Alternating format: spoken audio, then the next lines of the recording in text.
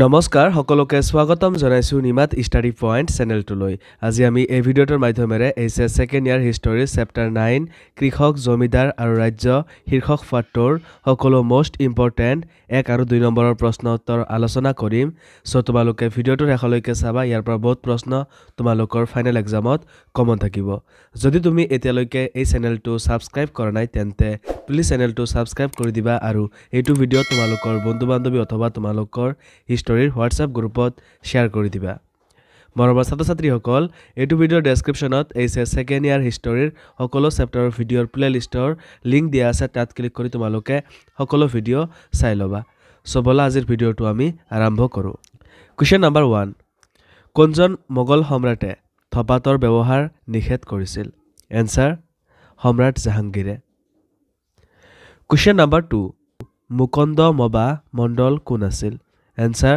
Panchayat সভাপতিজন question number 3 16-17 শতিকাত ভাৰতৰ কিমান শতাংশই গাঁৱত বাস কৰিছিল এনসাৰ প্ৰায় 85%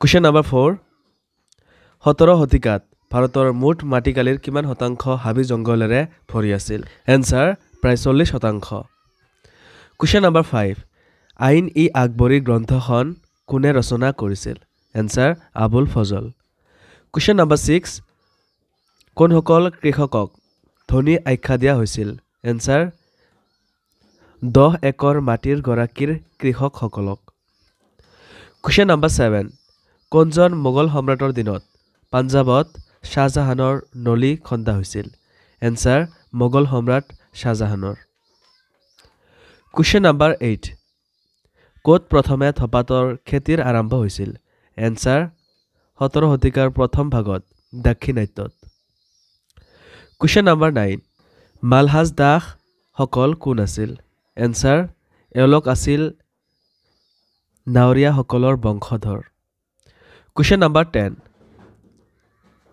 খিদমতৰ অৰ্থ কি এনসাৰ সেৱা কোৱেশ্চন নম্বৰ 11 ভাৰতৰ ভূমি জৰীপ কৰা ৰজাজন কোন আছিল এনসাৰ মহামতি আকবৰ কোৱেশ্চন নম্বৰ 12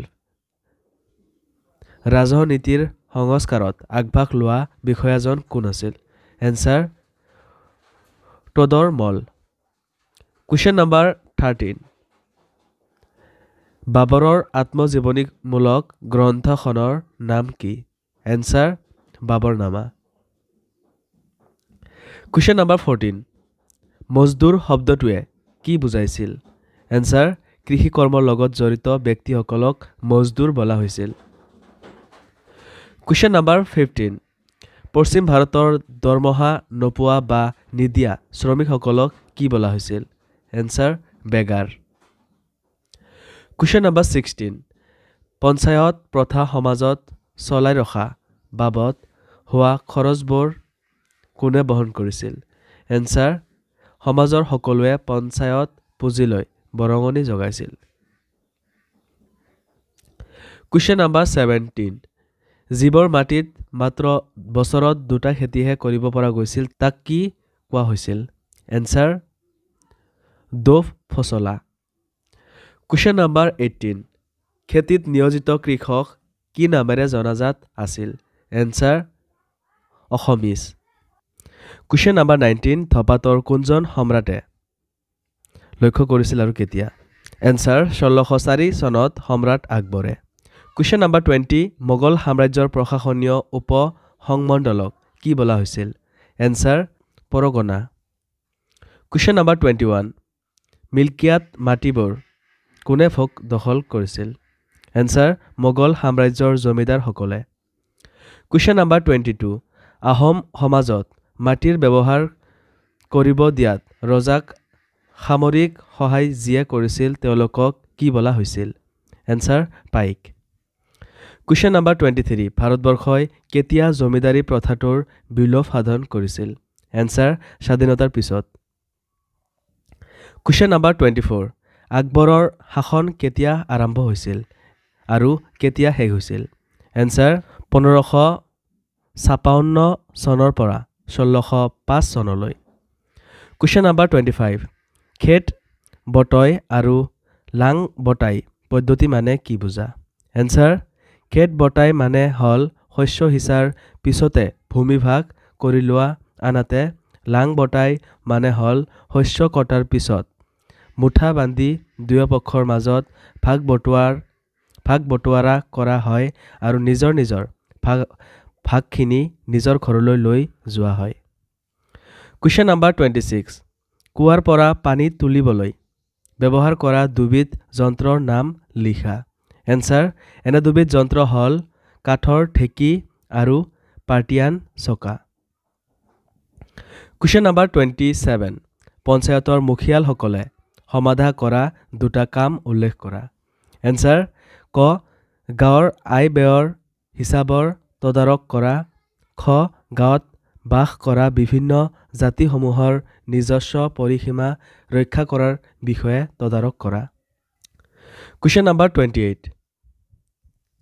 জমা আৰু হাছিল বুলিলে কি বুজা এনচাৰ মোগল যুগত ৰাজহ সংগ্ৰহৰ দুটা ব্যৱস্থা আছিল এই ব্যৱস্থা দুটা হল জমা আৰু হাছিল জমা মানে ৰাজহ ধাৰ্য কৰা আৰু হাছিল মানে হল প্ৰকৃত ৰাজহ সংগ্ৰহৰ পৰিমাণ নিৰূপণ কৰা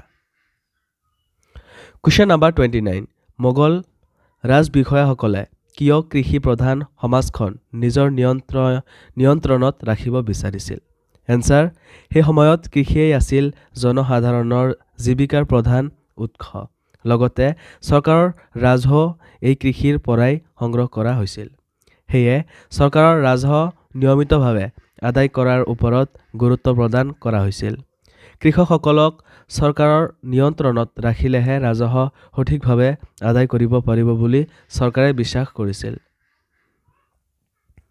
কুৱেশ্যন নাম্বাৰ 30 টডৰ মলে উল্লেখ কৰা মতে মোগল যুগৰ মাটিৰ চাৰিটা ভাগ কি কি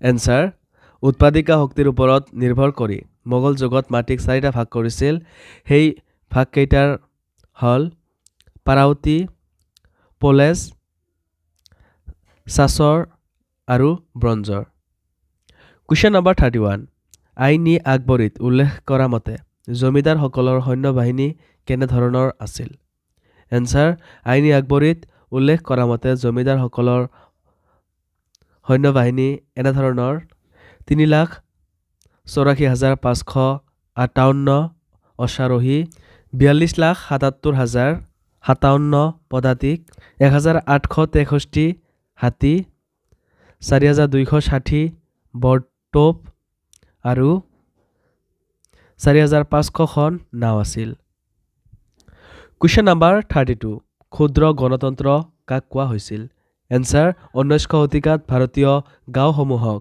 ক্ষুদ্ৰ গণতন্ত্ৰ বুলি ইংৰাজসকলে উল্লেখ কৰিছিল য'ত ভাতৃত্ববোধেৰে সামূহিক স্তৰত সম্পদ আৰু শ্ৰমৰ বিতৰণ কৰিছিল কুৱেশ্যন নাম্বাৰ 33 ক্ষুদ্ৰ গণতন্ত্ৰত প্ৰধান অসুবিধাবোৰ কি আছিল এনচাৰ গাঁওসমূহত সম্পত্তিৰ ব্যক্তিগত মালিকীস্বত্ব জাতি আৰু শিল্পৰ ভিত্তিত বৈষম্য পৰিলক্ষিত হোৱা দেখা গৈছিল কিছুমানে ইয়াক আঁতৰ কৰাৰ ব্যৱস্থা লৈছিল যদিও তেওঁলোকৰ দ্বাৰা দুখীয়া লোকসকল শোষণৰ বলি হ'ব লগাত পৰিছিল কুৱেশ্যন নাম্বাৰ 34 তৃতীয় পানিপথৰ যুদ্ধখন কেতিয়া আৰু কাৰ মাজত সংঘটিত হৈছিল এনচাৰ 1761 চনত তৃতীয় পানিপথৰ যুদ্ধখন সংঘটিত হৈছিল যুদ্ধখন হৈছিল আহমদ শ্বাহ আৰু মাৰাঠাসকলৰ মাজত যুদ্ধত মাৰাঠাসকল হাৰিছিল আৰু আহমদ শ্বাহ আবদালী জয়ী হৈছিল কুৱেশ্যন নাম্বাৰ 35 সম্ৰাট ঔৰংজেবে মোগল সিংহাসন কিমান দিন নিজৰ দখলত ৰাখিছিল এনচাৰ সম্ৰাট ঔৰংজেবে সিংহাসনত বহিছিল 1658 চনত সকলোকে চমক লগাই 1707 চনলৈ সিংহাসনত অধিষ্ঠিত হৈ আছিল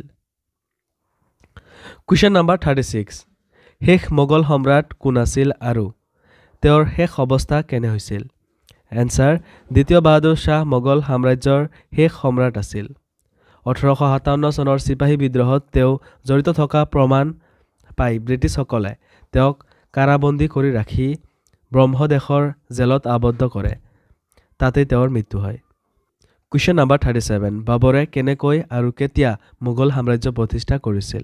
Answer. 1526 চনত দিল্লীৰ সুলতান ইব্ৰাহিমৰ লগত বাবৰে পানিপথ নামৰ ঠাইত যুদ্ধত অৱতীৰ্ণ হয়। যুদ্ধত ইব্ৰাহিমৰ পৰাজয় হয়। বিজয়ী বাবৰে তেতিয়া প্ৰথম মোগল সম্ৰাট হিচাপে দিল্লীৰ মছনদত বহে। এইখনকে প্ৰথম পানিপথৰ যুদ্ধ বোলা হৈছিল। Question number 38. ৰূপৰ সৰবৰাহ কেনেকৈ সম্ভৱপৰ হৈছিল লিখা? Answer. পৃথিৱীৰ নতুন নতুন ঠাইৰ আৱিষ্কাৰৰ ফলত এছিয়া দেশৰ পৰা বিভিন্ন সামগ্ৰী পৃথিৱীৰ বিভিন্ন ঠাইলৈ পঠিওৱা হৈছিল। সমুদ্ৰৰ পথৰ ব্যাপক প্ৰচলন লগতে নতুন পৃথিৱীৰ লগত সংযোগ স্থাপন হোৱাত ভাৰতৰ বেহা বেপাৰৰ প্ৰচুৰ উন্নতি হৈছিল।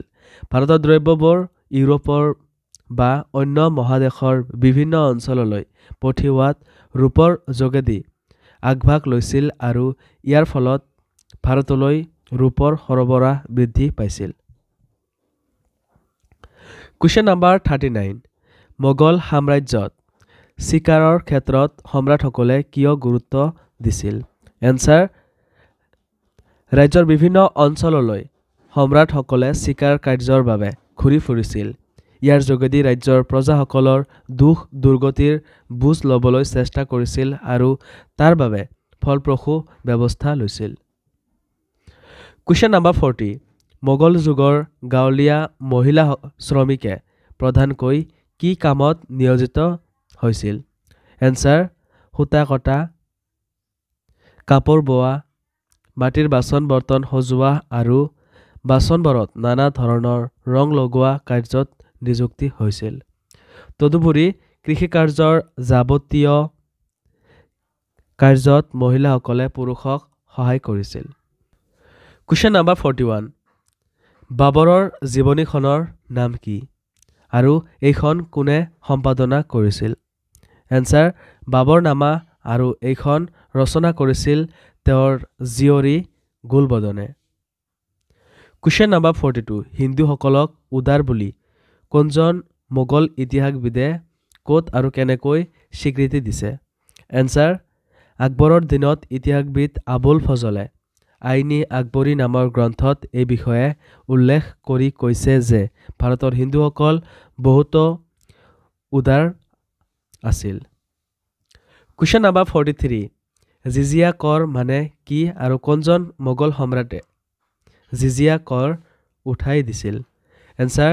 অমুছলমান প্ৰজাসকলৰ ওপৰত আলাউদ্দিনে জিজিয়া কৰ লগাইছিল। সম্ৰাট আকবৰে অমুছলমান প্ৰজাৰ ওপৰত লগোৱা জিজিয়া কৰটো উঠাই দিছিল। এইটো আছিল তেওঁৰ অতি উদাৰ মনৰ চিন্তা। Question number 44. মোগল সাম্ৰাজ্যৰ জমিদাৰসকল নিয়ন্ত্ৰণৰ কাৰণে সৈন্যবাহিনীত নিজৰ প্ৰভাৱ পেলাইছিল বুলি ভাবানে? Answer. মাটিবাৰীৰ গৰাকী হিচাপে জমিদাৰসকলে সমাজত নিজৰ আধিপত্য বিস্তাৰ কৰিছিল আৰু তেওঁলোকে সৈন্যবাহিনীকো নিয়ন্ত্ৰণ কৰিছিল। সেই সৈন্যবাহিনীটো পদাতিক, অশ্বাৰোহী, হাতী বিভাগৰে গঠিত হৈছিল।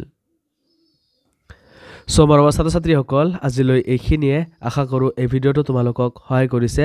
যদি ভিডিঅ'টো ভাল লাগিছে তেন্তে এইটো ভিডিঅ' তোমালোকৰ বন্ধু-বান্ধৱী অথবা তোমালোকৰ হিষ্টৰীৰ হোৱাটছআপ গ্ৰুপত শ্বেয়াৰ কৰি দিবা আৰু চেনেলটো যদি এতিয়ালৈকে ছাবস্ক্ৰাইব কৰা নাই তেন্তে প্লিজ চেনেলটো ছাবস্ক্ৰাইব কৰি দিবা।